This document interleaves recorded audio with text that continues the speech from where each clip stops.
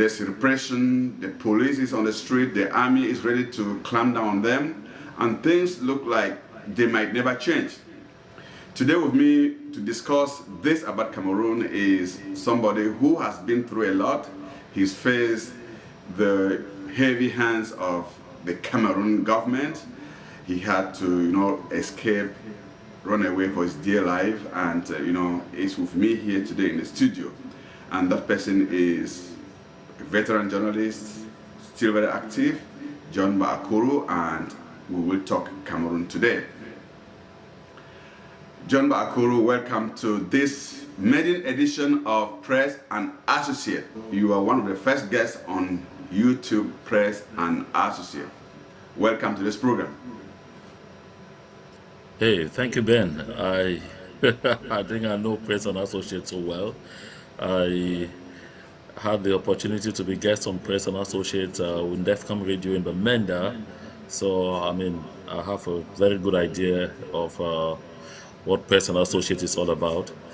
And if there's one thing I recall about Press and Associates in Bamenda is that whenever we finished, we went on to Ghana Street in Bamenda, and we got into a place there where they were doing some really good pepper soup. And I recall that it was always so sassy and so good. So is that going to be the same tradition here?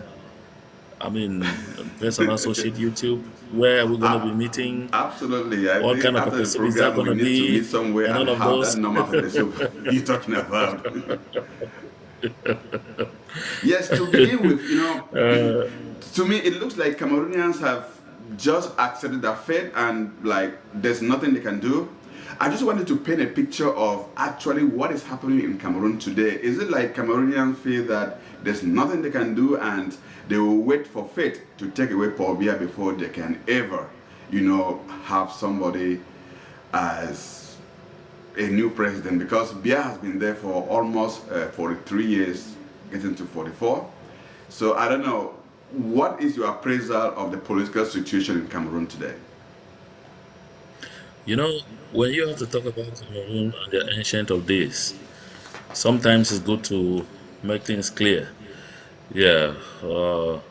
First, I want to establish that I said this before somewhere, and somebody said, but they almost threw me stones when I said, when we talk of Cameroons, I know that there are two Cameroons. Two Cameroons, two peoples, two destinies. There's the Southern Cameroons. I just say two Cameroons because there's also Cameroon in it, but the Southern Cameroons. There's the Republic of Cameroon. And I know the people of the Southern Cameroons literally threw me stones when I talked of two Cameroons because they want more to be called Ambazonia. So really a distinction from the Republic of Cameroon. Of course, those who are watching us should at least have an idea of the history of Cameroon, to know that there are two separate peoples, the peoples of the former UN Trust territory of British Southern Cameroons, who have been fighting now for 9 years and counting to get the Republic of Cameroon and France out of our territory. Now, I know the people you are talking about who are lukewarm, lackluster, and everything are the people of the Republic of Cameroon. But even with them, I really, I really want to describe them today as being lackluster and lukewarm because they're finally getting to the realization that they are on their own. It's finally dawning on them that they have been living under a horrible dictatorship for 43 years. It's finally dawning on them that they are part of a system that is sanguinous, a system that is, bloody, a system that is wicked, and that is anti-development, a system that has no vision at all. Some of them are beginning to come to terms today with the reality that it definitely didn't make sense for the people of the Southern Cameroons to want to, uh, call it quits. So Cameroonians today are coming to terms with that reality that if they don't get up and fight themselves for their own destiny, nobody would. And I see they are beginning to copy the good examples from the Southern Cameroons. They went a bit dull, they went a bit slow, but with the appointment of Alice Nkom as a spokesperson for Issa Chiroma Bakari, who until a few days ago was calling himself president elect, and today I just got up to find out that He has started calling himself directly President Issa Chiroma Bakari of the Republic of Cameroon, meaning that there are certain things that have happened. Of course, today they are observing ghost towns, and reports on the ground indicate that in a city like Douala, when I last talked to someone on the ground, he said there were about 70% in about 70% observance of the ghost towns. I talked to someone in Garwa who told me the town was dead. The same person told me that it was seemingly the same situation in Marwa and Gaundere. And I haven't got any talk with anyone in Bafusam, but to the best of my knowledge, the people are getting up from slumber. They may be slow in getting up, but the promise is that they are going to be getting steam, to be gathering steam as the days go by. They have come to understand that theirs is the worst dictatorship on the planet Earth, and that ancient of days called Paul Biya, who three-quarters of the time does not even know where he is. Of course, you followed his hot mic moment at the National Assembly in Cameroon and National Assembly building in Cameroon during his inaugural. He mimicked what he did initially here in the United States of America, where he was asking, Je vais me lever maintenant, maintenant, and all of those things. He came short of asking, Est-ce qu'il y a les gens importants ici dans la salle? He came short of asking, Qu'est-ce qui se passe ici? And all of those things. He said, that's somebody suffering from dementia, don't even know what is going on around him and all of that. So, yeah, the people have come to the realization they have to fight. And we have to be patient with them. The world has to be patient with Cameroonians. Yeah. They are just waking up from slumber. It's taking them a bit of time. What they need will be words of encouragement to finally get up. Recall in the Bible how it took an angel calling a lazy and fearful Gideon man of valor for him to tell himself that who are they calling man of valor around here? He looked left, right, and he said, but I'm the only one here. Who is that man of valor? I told him, you are a man of valor. And he became a man of valor. So we need to encourage the people of the Republic of Cameroon to finally continue to stand up for what they believe in, to stand up for their rights, to stand up for themselves, and to recognize that no one will do it for them. Yeah. Yeah, yeah. Thank you so much. But when you look today, as we speak, Paul Biya is at the Unity Palace. Chiroma is on exile. Kamto is almost MIA. That's missing in action, kind of. And people like Osi Joshua, Cabral Libi, who are the opposition leaders, they seem to be very ready to, join the government and grab what they can, and also probably, have their own booty from La Republic of Cameroon, as you call it. What do you think makes the difference? Because, we've been here before. Ghost towns, not going to the market, blocking roads, and doing all this kind of things in the 1990s. We've been here before. What do you think is the difference? What is the change that you think this time around the people can succeed? What do you see is the difference? Because in the 90s, people stayed for months. There was ghost town, there was, people refused to do a lot of things, but the government, being what it is, waited for long. People became hungry and went back to the market and started doing things normally. So what is the difference this time around that things might be different? At the time Paul Biya was a young man, he was fully alive. Not like today that he is partly alive, that is living and partly living. He was a full grown man who knew exactly what he was doing, who had a clear understanding of the situation and all of those things, and who could run out there, work on his alliances and all of those things and try to, build bridges here and there and fool the people. But today, Biya is vegetable. And so the difference here right now is that there's a fight already among those people who are around Paul Biya. It's the end of an era. And when you get towards the end of an era, things will never be the same. Things change because there are people in the system who want change. There are people in the system who don't want change. There are people in the system who are afraid that any change now will mean that they will be on the reserve benches, not even on the reserve benches, that they may be in very horrible conditions. And there are people inside who think that the only way that they live is staying where they are.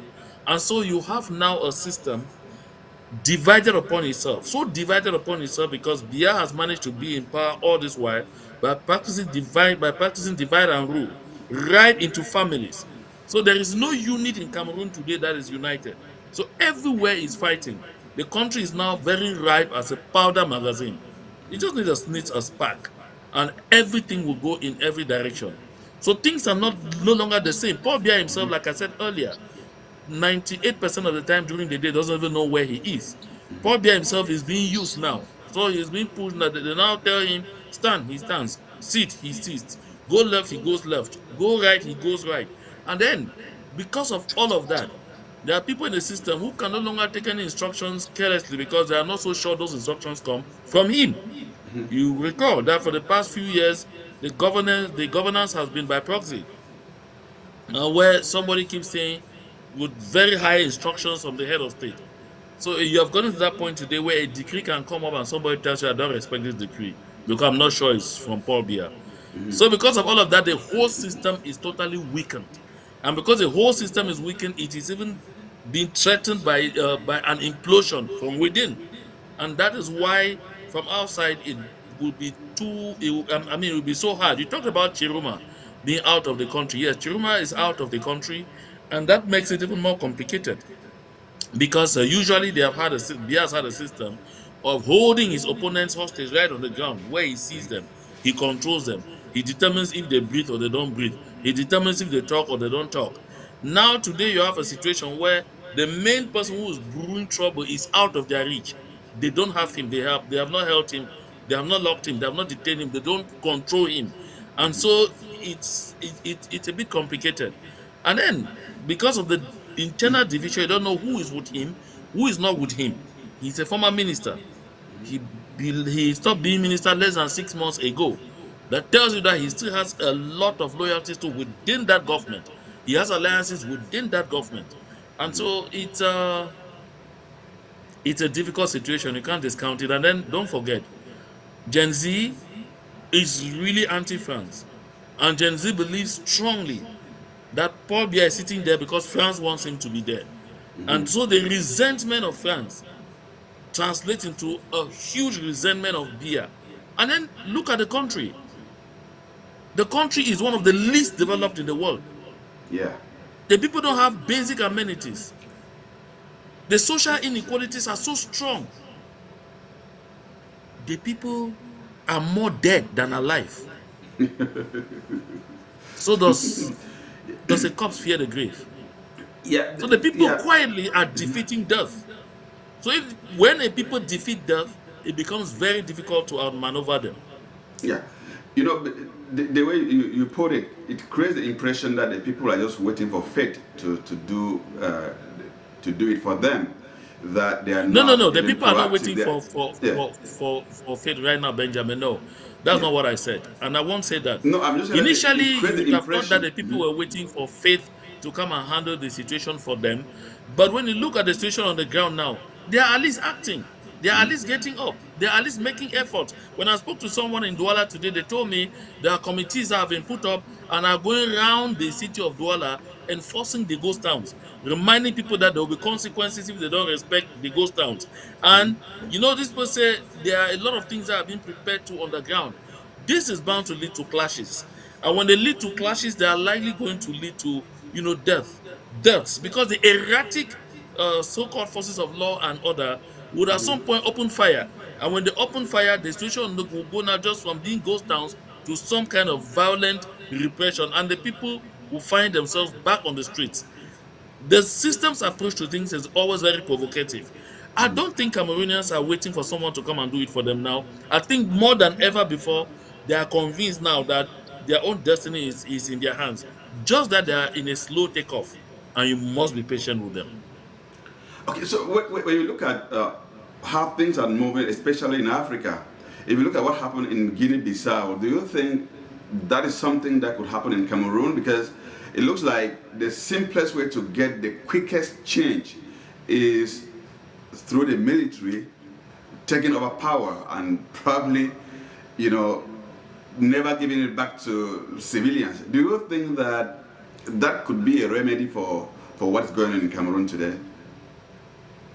That's because you're looking at what is going on or what has gone on in Guinea-Bissau as a coup d'etat.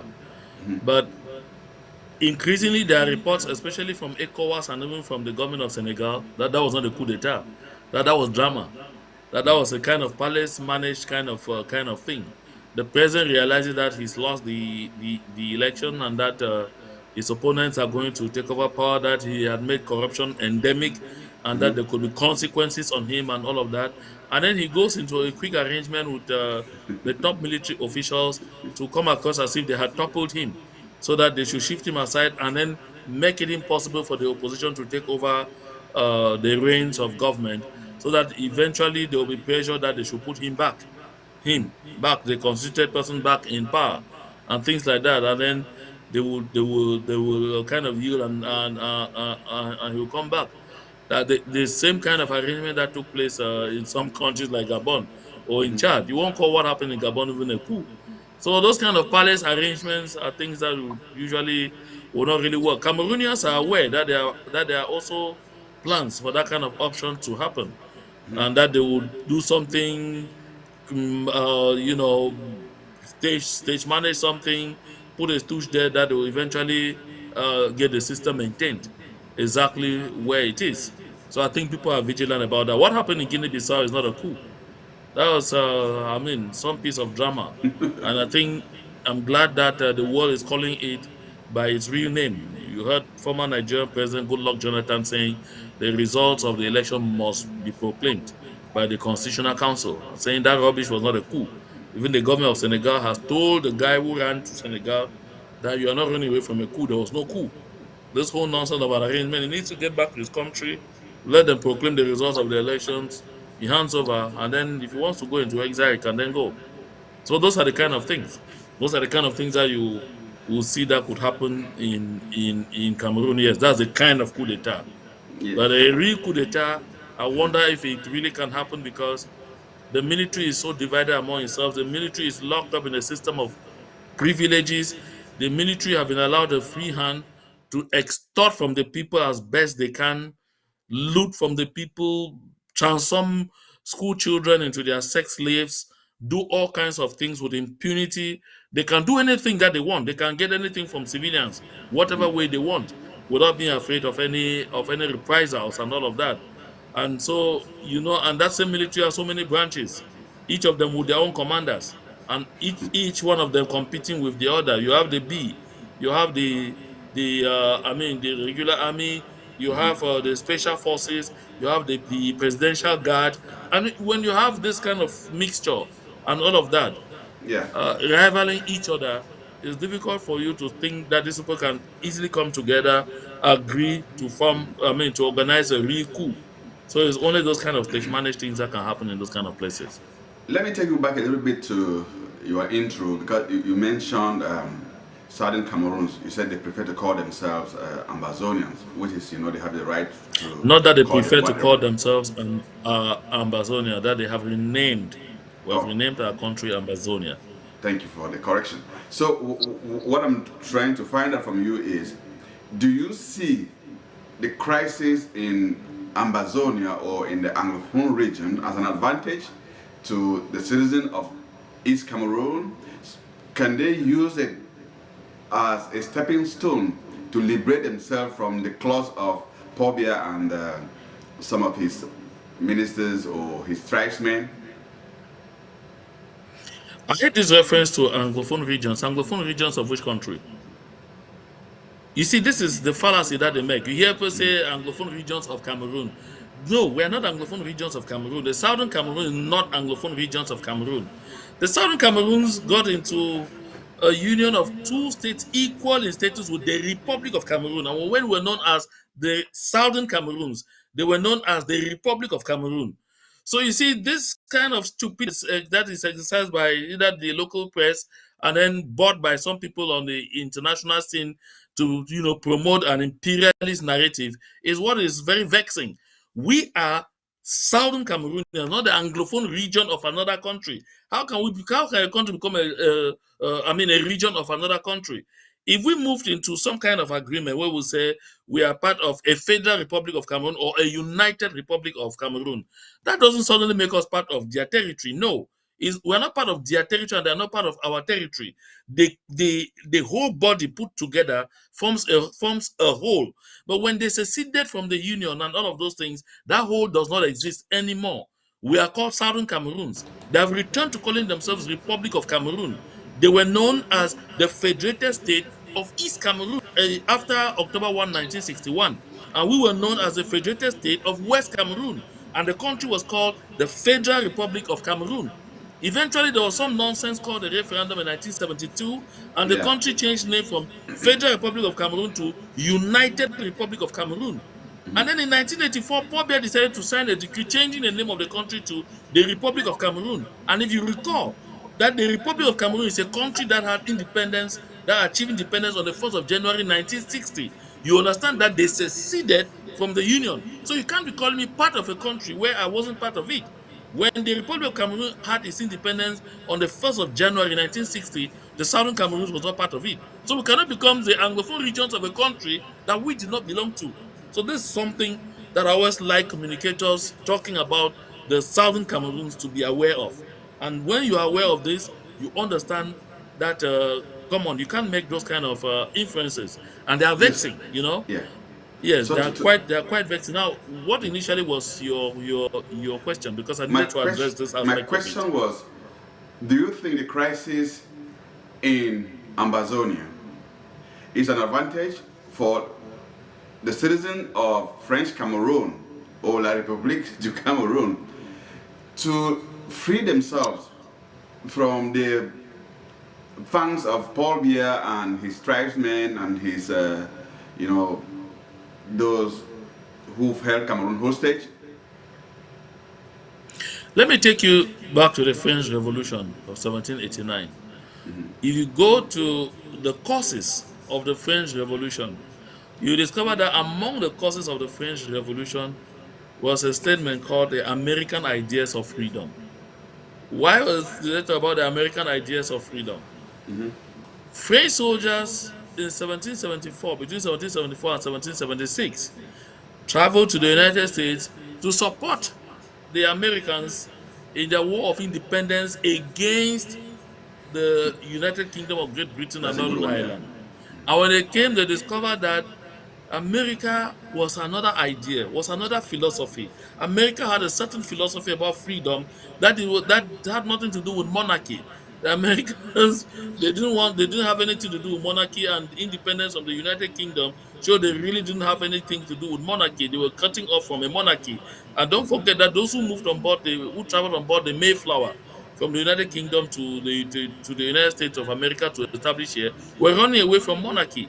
So it goes therefore without saying that what is happening in the Southern Cameroons, the Southern Cameroonians' ideas of freedom, their approach to doing things, their determination and focus to getting what they want will definitely affect what is going on in the Republic of Cameroon. You just need to go on the platforms of the social media activists of the Republic of Cameroon, and you will see that a good lot of them are talking to you about Ambazonia now with admiration. That was not the case before. Before, there were insults. There were praises to their military. There were praises to their so-called valiant military, their so-called professional military. Today, Yeah. that's not the same. Today, they are admiring the people of the Southern Cameroons for being courageous, strong, and determined to stand for what they believe in. And that is indirectly influencing them because now they have people right very close. They have an example very close, an experience very close to copy from. And they're now learning from the strategies that we used to keep a resistance against that same evil system for the past 9 years and counting. If they are copying ghost towns, we have been in ghost towns and we have them going on for 9 years. You heard that they were throwing a lot of tracks now on the streets and all not to encourage people to maintain the ghost towns. They are copying for here. They have set up committees to go around and help enforce the ghost towns. They are copying from an example that worked. You hear they are expressing determination. They are even saying that it will get to a point where they will fight, where they will go, where they will move to the next stage. They are seeing in the past they had that myth of the invincibility of their military, especially the B. But they are seeing this same B reduced to rubble by untrained young men and women in the Southern Cameroons. So he tells them if they could, we too can. So there is so much of learning that's going on. They're not going far to learn. They're learning just next door, and they're getting a fine mix. And I suppose that that will be the engine, the driving force of their ability to finally stand up fully for what they believe in. Yep, you know, that is fair enough because if you look at what is happening in Amazonia or in southern Cameroons, you discover that the people have actually killed fear. They don't fear anything again. Even our old mothers in the village, they don't even fear the sound of the gun again because they're used to it for the past 9 years. But when I look at the citizens of, La Republic of Cameroon, there seems to be a sort of afraid of even the sound of even the balloon, a pop balloon. I mean, I would say. So I don't actually see them, you know, gaining the kind of courage that the citizens of Amazonia have gathered within these past years. That said, when you look at the way someone like Tanganji Paul, who is from Ambazonia, when you look the way he behaves, the way he is, managing the Ministry of Territorial Administration and doing whatever thing he's doing, don't you see that he is making the citizens of La Republic of Cameroon think that there's nothing they can do? Because he's from southern Cameroon all the same, he seems not to have that spirit of freedom, that spirit of liberty, that spirit of revolt. He seems to be some kind of a very docile person, although clouded in some kind of fake courage. Don't you see that Atanganji Paul is like a threat or has betrayed that seemingly courage that southern Cameroons do have for the citizens of Cameroon to look at No, us with no, admiration? no. Atanga Ponji is not even alone. You talk as if he is alone. No, he is not alone. You always have those kind of morons. Sorry to use that expression. You always have those kind of morons from every system who will be different from the mainstream people. Don't forget, history always repeats itself. You go to Timor Leste. Timor Leste was, was in some form of union with Indonesia. And when the people of Timor Leste of East Timor were fighting for their freedom, you had gullible morons like Atanga Ponji, who kept giving the impression to the Indonesian government that they were in control of the situation in Timor Leste. But there was a serious disconnect between them and the local peoples. And you notice that at the end of the day, when the Indonesian government is overwhelmed, really frustrated with the determination of a people who were never giving up, and decided to call a referendum, the real result that they got was that the people of Timor Leste don't want to have anything to do with Indonesia. And so when they got their independence, you know what happened to the people like Katanga Ponji, who were always so brazen against their own people. So they wanted to take Indonesian nationality. The government of Indonesia said, no, you can't be Indonesians. You have to go back to your country because if you had told us the truth of what was happening there, there was a fair chance that they could even have some kind of good arrangement that will keep Timor Leste as part of Indonesia, even in a federal arrangement, even with some degree of autonomy. And so they had to push them back into Timor Leste, and the hostility that was awaiting them there simply did happen to them. So you find somebody like Atanga Ponji, those are people who have no connection with the base in the southern Cameroons. He's not alone. You have a good lot of them, like Fru Jonathan. You have some lost souls too, like Ngala Gerard, like Fukalisus Gentry, John Gute, and others. It's quite a legion of them. They But the want. people of the Republic of Cameroon know that these people do not have any connection with the base in the southern Cameroons. They are aware. But they have been using them for their purpose to try and show the rest of the world that they no, these people that are still with us. See, these are their people who are mixed in our government. But when push will come to shove, exactly as it happened with East Timor and Indonesia, you'll find this kind of people will discover that they are all on their own and they are totally vomited. So for the people of the Republic of Cameroon, they know that Atanga Ponji is a bully. They know that Atanga Ponji is somebody who is so insecure, and they are aware that Atanga Ponji is doing all what he is doing because he knows that if things change, he will be in very horrible drafts. You'll be in a very bad situation. So the only thing that they need to do is use fear mongering, use all kinds of horrible tactics to see if they can terrorize the people or frighten the people to think that there's nothing they can do. Like I said, they know that Atanga Ponji cannot move into southern Cameroon without being heavily protected. So they are aware of that disconnect. It will get to a point where Atanga Ponji will not move even in the Republic of Cameroon without being heavily protected. And that is the tipping point that Atanga Ponji fears. So when it gets to that point, they know that Atanga Ponji is more vulnerable than anything else. And since the people are gradually defeating fear, you notice that morons like Atanga Ponji will soon have no place. And when a system like that one is about to crash, it uses such people like Atanga Ponji and feeds them to the crowd to see if they can try and bail themselves out. So he becomes a pawn in the hands of the same system that he comes across as serving. Yeah. So let me ask you this question because I've heard someone make make this statement that Issa Chiroma is a Trojan horse. Can you hear me? Yeah, that Issa Chiroma is a Trojan horse. I think you know what a Trojan horse is. And to what extent do you think Issa Chiroma could be a Trojan horse?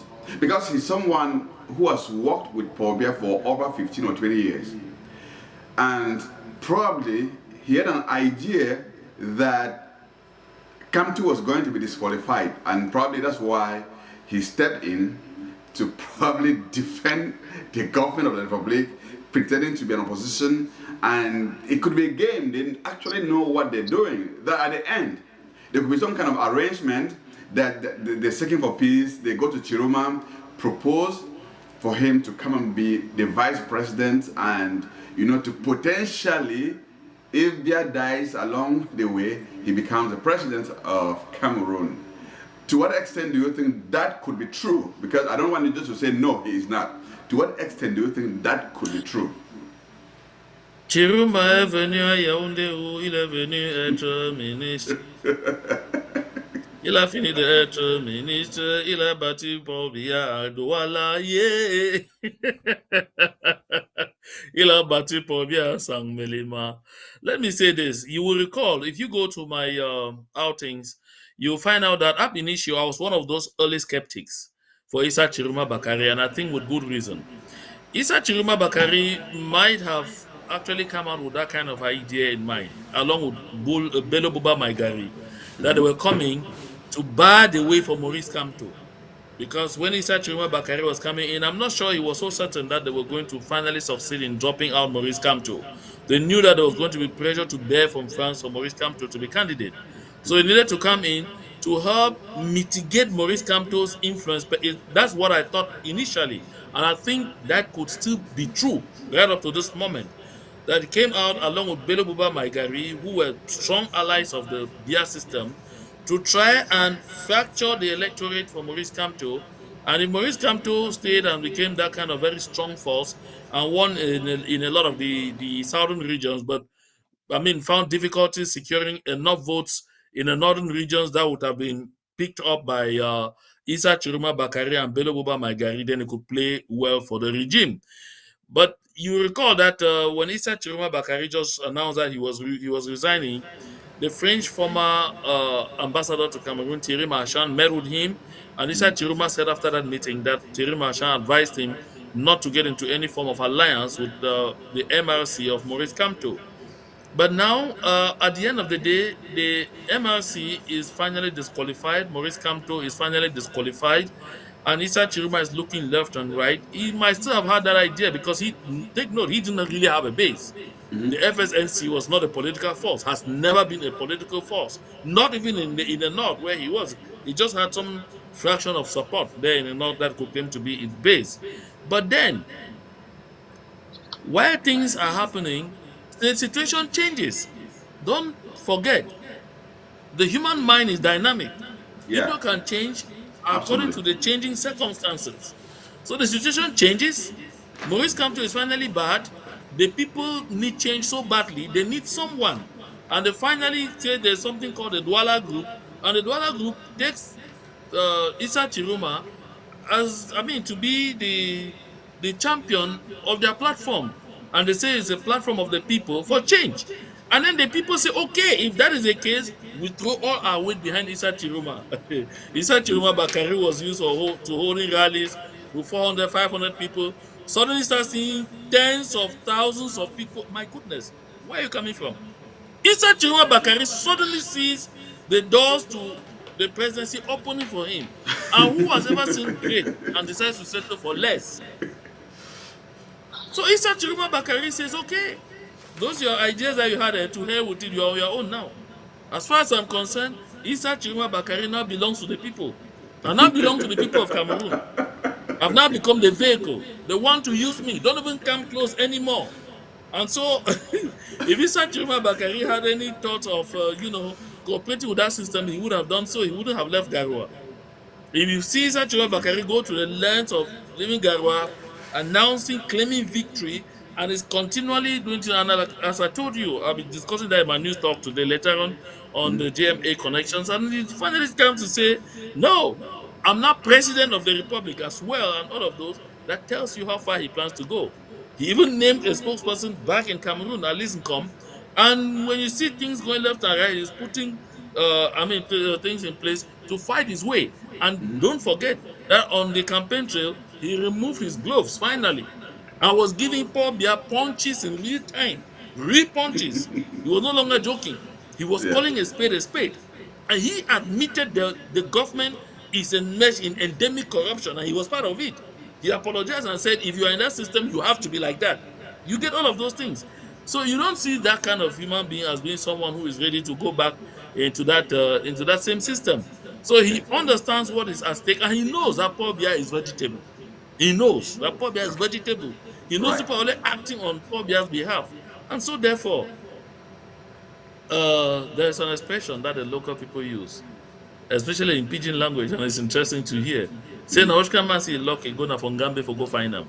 Ah, Issa Very Chiroma correct. is seeing himself on the track to making history. Yeah. He can't backtrack. Nobody will in his Yeah. place. And I give Yeah. that to him. Let me come back to the ghost dance that were called by, Issa Chiroma and Alice Com and the rest. You know, Paul Biya is fond of saying that quand, le, quand Yaoundé respire, le Cameroun vit. Something like that. I don't know whether it's the right quotation, kind of. Quand Yaoundé respire, le Cameroun vit. When I observe what happened today, although it's just the beginning, probably my observation could be wrong, and it might pick up a lot of steam. When I observe what happened today, I have the feelings that it was observed basically in the north, where Issa Chiroma comes from, and part of probably the west region where you have some kind of Muslim population, especially in the Bamum area kind of stuff, and probably in Gandere and part of the east. And probably Douala, because some areas in Douala to respect. But Yaoundé was, normal, was part. 70% of Douala, 70% of Douala is not some part of Douala. 70% of Douala means Douala. Are we agreed on that, Alice? Yeah, sure, but Okay. okay, I give you that. So my question is, as You are far as not giving Yaoundé me is, that. That is yes, what, no, you are not giving me that. That is what the situation is. okay, as far as Yaoundé is breathing, Cameroon lives. That is Bia's mantra. That is Atanganji's mantra. That is Ngongo's mantra. That is Chantal Bia's mantra. As far as Yaoundé is breathing, Cameroon is alive. What advice would you give to La Republic citizens to make sure that Yaoundé is not breathing? Let me begin by letting you know that that fallacy of as long as Yaoundé breathes, it's a dictum that is outdated. Outdated because, to be very frank to you, you see, just the first few days of this resistance demonstrated to you beyond reasonable doubt that if the stifling takes place for just 2 weeks, Yaoundé cannot breathe. This is for a fact. You cannot take Yaoundé out in isolation. Yes, we saw killings to take place in Yaoundé. We saw people come out in Yaoundé in certain quarters of Yaoundé to protest. Don't forget, this is unlike previous situations. I've told you the system itself is divided within itself. The military itself right now is confused. They may not be taking serious initiatives, but even within their ranks, there are cracks. But what still? At the time Paul Biya said, when Yaoundé breathes, Cameroon is alive, was because a lot of the strike actions were highly localized in the southern parts of the country. Southern parts of the country. At the time, you had the littoral, the west, the what they call at the time, the northwest, the southwest, and things like that. So they could easily do things. But today, that is not the case. When the East region joins, as they are doing, then you have the three northern regions in blockade. The country cannot breathe. Yaoundé cannot breathe. Because first, Yaoundé is dependent on a lot of products that are coming in from the northern regions in terms of foodstuff, meat, and all of those things.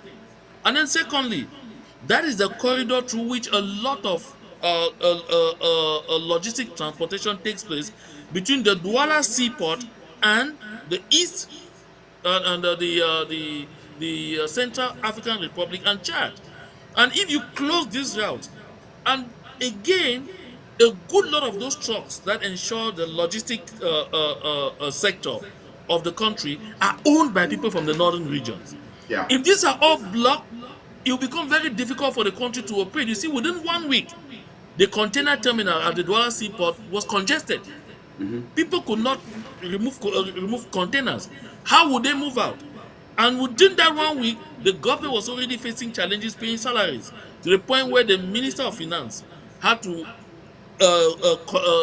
turn to collecting money meant for the road maintenance fund to use in paying salaries and servicing the external debt. That should tell you that those dynamics might have worked in the past, but they will not be able to work today. They will not work today. Okay. It will become too complicated. Just few days, Yeah. onions became extremely expensive. A kilogram of meat that sold for 3.5 was already at about 5,000 plus. If he stayed for 1 more week, he was going to get to the point where even with all the money, you can't have it. And again, don't forget, another dynamic is that if these three northern regions get into real serious, blockade, it creates a problem on the international scene. The Chad Cameroon pipeline project depends heavily on those northern regions to survive. The pipeline crosses through all of those northern regions. And so the Western powers have interests they have to protect. Yeah. And so we'll get That's to a point true. where tell you that you Yeah. must have to come and settle down and discuss some nonsense. That rubbish that Yaoundé is breathing and the country is alive, they will tell you that that is you can take that to Vomeka and use it for breakfast. No, thank you very That's much not going to for. fly this time. Thank you so much for that.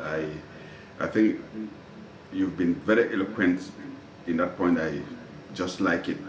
I but let me ask you this question. Let me ask you this. I know you're a journalist, you're a diplomat, you're a counselor, you're a lot of things. I mean, certified, not just you're a lot of things. What do you think ghost towns are meant to achieve? I know you mentioned probably trying to drain the coffers of the government and things like that. The issue I'm trying to bring out here is the fact that it could be a boomerang. Don't you see that those ghost towns could become a boomerang when the people start feeling hungry, feeling as if things are not moving, they don't have what they need to, you know, do a lot of things. And because the ghost town might not even affect those ministers because they've stopped a lot of money, they can even come shop in Europe and go back to Cameroon. It's possible they can do it. Don't you see that the ordinary man along the streets, if the ghost towns last for maybe 3, 4, 5 months, they could become disillusioned and want it to end, and the government must have achieved or succeeded in their delaying tactic kind of thing. You know, that's too easy a thought. It's too easy to think like that, that the people who find themselves in challenges and all whatnot, people usually adapt. They said the very same thing in the southern Cameroons, just next door. The ghost towns have been around for 9 years and counting. They are But are not the going people anywhere. are the people of The southern people, Cameroon, no, are they listen. The not people, the complaining a little people bit? have the people have adopted it. Try even to tell those people that you are taking off that Monday ghost town, which is perennial. Even those who called it have attempted at some point to try to see if they could call it off. Nobody is yielding to it. People adapt. Don't forget, people adapt. People suddenly find means. And again, one thing you should note is that there's a blessing that Cameroon had which has become a curse, which can once more become a blessing. That blessing that Cameroon had which became a curse was the soils are too fertile. There's a lot of food all over the place. So people eat and then there's alcohol they drink and they forget themselves. Today with ghost towns and all not intensifying and all not, people may lack some other things that will come from other places, but they will not lack what to eat. This is the one thing you need to know. And when people reduce to be just being able to get what to eat and keep something they call a resistance, and it's general. Sorry, nobody's gonna really get into so much pains. Those that will get into pains are those who are used to luxury, are those who need all those other things that come from other places to fuel. I mean, their lives of luxury. The common man, the people they are used to tuna dough.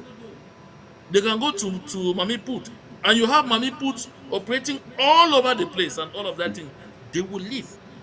They will enjoy it. Neighbors will help neighbors, and they will stay. It has happened in the Southern Cameroons. Were people not locked down for 6 weeks prior to the election in Southern Cameroons? Oh, died. No, did you hear that anybody died of hunger during the ghost towns?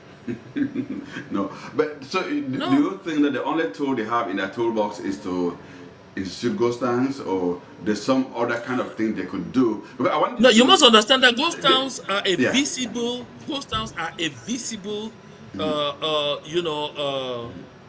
should I say tool that will show the rest of the world that things are not going all right here. Yeah. Don't forget, the country wants to attract international business. The country wants to attract direct international investment, direct foreign investment. The country wants to open. If they see that the country is paralyzed by ghost towns and all of those things, that visual of it to create a problem. Why have you ever asked yourself why the government, we should say that okay, we don't care about what's happening in the southern Cameroon, the government of Cameroon. Have you ever asked yourself why they continue to invest a lot of energy in trying to fight even just that Monday ghost towns? Because they know that that Monday ghost towns continues to tell the world that there is something which is not going right. That visual keeps sending a message, the kind of message they don't want to send out there. That's something. Now in the southern Cameroons, we don't have just ghost towns. There's ghost towns that they serve defense. Don't be surprised you have those kind of things emerge in the southern Cameroons, in the Republic of Cameroon. As I'm hearing here and there, they are preparing for anything. The moment you hear that one soldier, one gendarme has been gunned down by the local people, that is the end of it. And it will be caused by the ghost towns because the government will be trying to fight the ghost towns by all means. And that provocation could lead to such an exchange. And to the effect that one person decides that I'm defending myself and brings out one person, the rest of the people have courage. Oh, so we too can do this. And that's the end of it. Thank you. We're driving towards the end. We're waiting for a car Aaron to Yeah, thank join you. I was us. already getting, Yeah. I was already getting Waiting for Car Aaron to supercharged. join us. I Yeah. hope he joins us in the course of time. Our time is running out. But I would like to find out this from you, because I know you know a lot about Cameroon. You've been there. You've been in cycles that a lot of people haven't been. When you look at the opposition itself, I just want to talk about a few of them. People like Ossie Joshua, Cabral Libby, uh, uh, Ndamjoya's wife. I don't even know the name. Is it Tamuna? Something Ndamjoya. I don't know the name. Talk of When you look at the Patricia opposition, Tomaino Damjoya. yes, when you look at the opposition in Cameroon, do you think that are they an asset to the people? There's no opposition in Cameroon. Okay. Why do you say that? Yeah, there's no opposition in Cameroon because those who are there now have simply tried to do what they call maintenance politics. They just hang around in the interval between elections and the I mean after elections they go around, they get into an ancestral relationship with the government. I mean the leaders they gain contracts from the government. They hang on the government for survival, and at the end of it all, when nears elections, they start lifting a rhetoric, making noise here and there and all whatnot. And that same government ridicules them every day by giving them some assets publicly and using that to tell people, no, they are just part of us and all of that. That's why they've been weakened to the point where they are not lethal. The only real opposition in Cameroon right now, you can say, is led by the MRC of Maurice Kamto. But unfortunately, they too have made a lot of missteps. They have made a lot of missteps to the point where they promise to stand up to situations and they don't. When you keep threatening that I will do this if you do that, and you don't, at the end of the day, they finally describe you as a toothless bulldog. You become very ineffective. The people want to flow with you, but at some point they lose hope because they discover that through you it's just going to be all to be more of the same. We go for elections, we lose, we make a lot of noise, they catch a few people, lock up. After that, they release, we go back, and then we do this and that. So that's the point. That's why today you see people want to look past the MRC. People want to focus on whatever they can do now with Issa Chiroma, who has decided to take the bull by the horns and said, I will fight. So they want Yeah. to see, is he ready to fight all the way? Because they have come to the realization that a system like that of Biya cannot be changed at the polls, at the ballot box. You need something different. And that's that something different that they are looking at today. Nobody's looking up to any opposition right now to change anything. Yeah, they know there could come a time where an opposition could change something, but not this time. Yeah. So when you look at the dynamics in Cameroon, especially in the Republic of Cameroon, when you look at the people, their thinking pattern, you start to ask yourself, how could they or how can they vote back to office someone who is 92 years old? 92 and not even physically very strong, as because if he was physically strong, because a 92-year-old somebody could still be physically strong, mentally apt, but when you look at Paul Biya himself, he's made a lot of missteps here and there. You cited one already when he came for the UN summit here in the United States. I mean, in your mind, what do you think is, how do you, I don't know, how on earth could Biya win an election in the Republic of Cameroon, and the people seems to seemingly like accepting the result, kind of. How do you process that kind of 92-year-old man who doesn't know where he is actually winning an election, and people are seemingly wanting to accept it? Do you think it's Yeah, Ben, I need to the just chime in and African tell you continent something has a about Biya does problem? not win Because elections. it's not only in Cameroon that is happening. It happened even with Mugabe. He was very old. It happened with Kamusu Banda, someone, I don't know where he was from. He was very old. Biya is not alone in this kind of situation. Even before somebody like Mobutu Sese Seko left, he was getting very old too.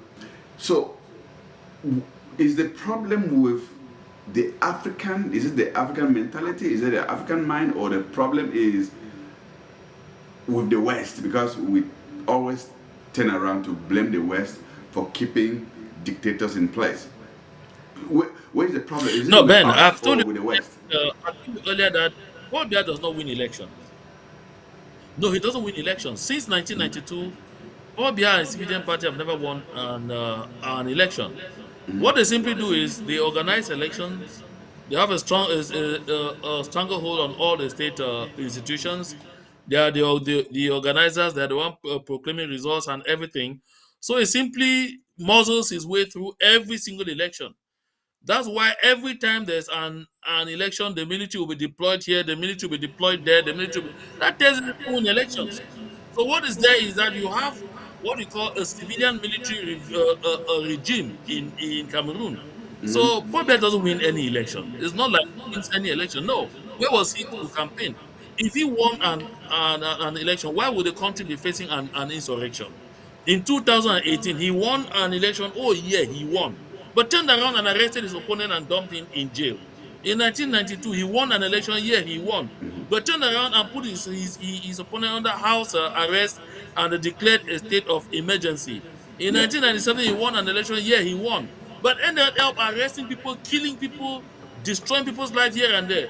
In 2011, he won an election. So it is the same thing. He just puts a plain system where the elections are organized for the convenience of telling the international community that I'm still a democratic leader. But there's no democracy. Yeah. Yeah. So you don't Sure. talk about winning an election. I was just talking to you a while ago. People say, okay, we will not protest anymore. What's happening with our soldiers in the southern Cameroons when they are killed there? Good riddance for them. After all, CPDM won by 90% in southern Cameroons. Probably won by 90% means that they like them. So why should they be killing them? You understand what I'm saying? If they like them, they should be That's a killing them. good one. Yeah. Yeah, I see that on social media by citizens of La Republique. Who today, when they put up the pictures of those who were killed in the soldiers killed in Bamenda, the gendarmes killed and my four Bamenda, they said no, je ne mets plus RIP, rest in peace. Non, tu ne peux pas rest in peace. Paul Biya a gagné, le RDPC a gagné là-bas à 90%, 90%. So they like him there very much. They like CPDM. So that thing that's happening there, there's no war. It's drama. No gendarme died there. It's AI. I You cannot know, put rest in peace. They like him yeah, there very much. So don't come and tell me that people are dying there. So that tells you clearly the people understand what is going on. They understand the game. And the people are fed up. If you see the anti-military sentiment that they have now, you see them literally praising the same Southern Cameroon's freedom fighters that they were calling terrorists yesterday. So they are telling you that those are even the real soldiers. It's their soldiers that are terrorists. Because they saw what those soldiers did on them. This 2025. So they now understand that these people are useless people. They are not armée républicaine, as they often call them. fair enough. And you know, before I ask you the last question, let me go back to I thought the this was already I Ambazonian, thought the this was the Ambazonian last. issue, because that issue is not heard in certain quarters as it's supposed to. It's a crisis. A lot of people have died, children, women, men. I mean, people have died. And the world seems to, have neglected the Ambazonian crisis a lot. I want to ask you a fundamental question. I know we're not talking about Ambazonia. I hope in the course of time, within some few days, we will talk Ambazonia particularly. But let me just ask you this. What do you think could be done to bring peace in Ambazonia or in southern Cameroon? I mean, like immediate peace in southern Cameroon. Justice needs to be done to bring peace. Wherever there's justice, there will be peace. There are not two things because summarize everything into justice. And what is this justice that the people want? Initially, the people of the southern Cameroons are simply asked to be treated as humans. Initially, the people of the southern Cameroon are simply asked, let's go back to the agreements we had in 1961. Even if they were verbal and all of those things, there was no Treaty of Union and all of those things. Let's go back to that agreement. You live your life, live with your culture, live with your institutions. We live our lives, live with our culture, live with our institutions, have the right to define our own development priorities and all of those things. You said no. We tell you, okay, let's sit down and have a conversation. You said, in lieu of a conversation, we offer you death. The only thing the people of the southern Cameroons want today is for there to be justice. And that justice means we sit around a table and discuss the root causes of the ongoing genocidal conflict. And the root causes of the ongoing genocidal conflict will determine to you that the people of the southern Cameroons were denied an inherent internationally recognized right, that to self-determination, because we were a UN trust territory on the same class like the Republic of Cameroon. We're all due independence. We're all being prepared for independence. How we found ourselves in this unfortunate kind of, yoking is where the problem is. And then in it, you come into something with someone where we're coming together in a union of two parties equal in status, and then suddenly the other one turns around and starts telling you they're giving you things. Turns around and starts telling you, and then, simply annex you. No, that cannot work. It cannot fly. The people of the Southern Cameroons want justice. And justice in this case simply means the Republic of Cameroon reduces itself to their territory. Because by that decree of 1984, where Paul Biya changed the name of the country from the United Republic of Cameroon to the Republic of Cameroon that existed on the 1st of January 1960, tells you they seceded from the union we agreed to get into. So by right, we are out of the union. Why are we now under the Republic of Cameroon? How did we get there? We're not a colony of the Republic of Cameroon. We have never been. So we are fighting to free a stolen country. It happened to Namibia too. Namibia was stolen by South Africa, and peace only returned when Namibia was vomited out. That is what it is. And until Yeah. we get there, Yeah. there will be no peace. Okay. Thank you. And because I asked that question because when you look at what is happening in Amazonia and southern Cameroons, the fight seems to be picking up steam. The boys, or what they call the Ambazonian boys, they seem to have understood the meaning of war, how to fight, and or how to fight a guerrilla war. And if we don't have peace, to me, it seems this thing can last for the next 100, 200, 300 years. It will never end. That's why I was trying to find out how we can achieve peace. And my next question will be, don't you think that if we The last, I extend guess. the fight to a bigger one, like a bigger fight, like where is the problem? Is the problem with the government of the Republic or with the people of the Republic? No. The problem is not even with the people of La République. No. It's not with the government of La République. The problem is with France. Because, in effect, we are having what is called recolonization by proxy. That's what it is. Because if the French were not there, the federal system would even still have been invoked. That would not be where we are today. So what is there is the problem is not the people of the Republic of Cameroon. The people of the Republic of Cameroon just got brainwashed because they themselves don't even know their own history, so they don't know our history. So in effect, it's with the ongoing conflict that a good lot of them are beginning to learn exactly where the facts are. When you listen to Jean de Dieu Momo before he Yeah. became minister delegate, you know that the people of the governing class of La République du Cameroun, they know the truth. I had the opportunity to be with the late Belinga Ebutu, who was the director of the civil cabinet of the Republic of Cameroon, and in my presence and the presence of my classmates from the International Relations Institute Cameroon, were in home, he did not know that I was from Southern Cameroons when making this utterance. Something came up about Les Anglophones. He said, no, these people will leave us. They're not going to stay with us. They will leave us someday. So that tells you they have been treating us as a conquered people. And when you are treating people as a conquered people, you are conscious of the fact that you are doing them harm. And you know that someday they'll get of age. You know that someday you steal too much that the owner will notice. And what will happen. And that's what's happening now. So you said the problem is not with the people of the Republic, but with France. Of course, France and the government of the Republic of Cameroon, because France uses the government of the Republic of Cameroon as proxy. France is still That's why I was Cameroon trying is to still a find out province of if we France. decide, if Ambazonians. Cameroon is still a province of France. Cameroon is not independent. If Cameroon were independent, it will have the opportunity to resolve its own problems. And as long as Cameroon is not independent, it cannot even resolve its own problem. It cannot sort the issue with the southern Cameroons with Ambazonia. They only need to be vomited out. Okay, so thank you very much. I would like to have your last words, and that should be tilted toward advising the people of the Republic of Cameroon on what they can do to achieve total independence, total freedom, and count themselves amongst those countries in Africa that are today standing up against even those Europeans, France, Britain, even America, where we find ourselves. What advice do you have to give to them?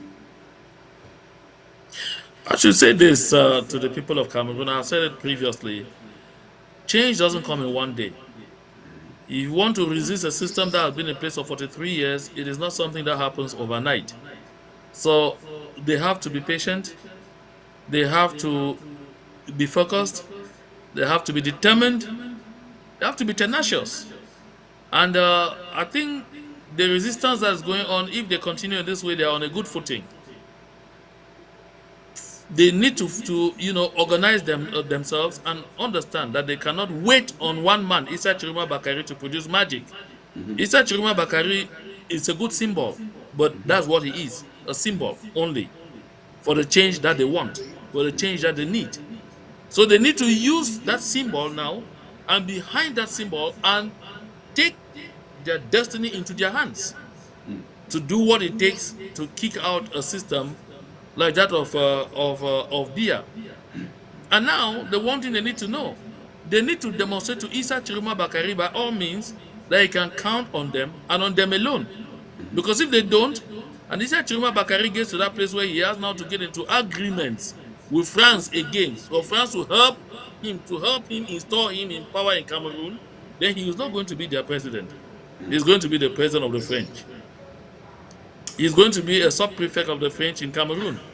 And so where there's a big challenge right now is that the French have not yet accepted Issa Chiroma Bakari because his power base is still the people for now. So while the power base of a politician are not his people, if the power base is a foreign country, that politician owes allegiance to the foreign country.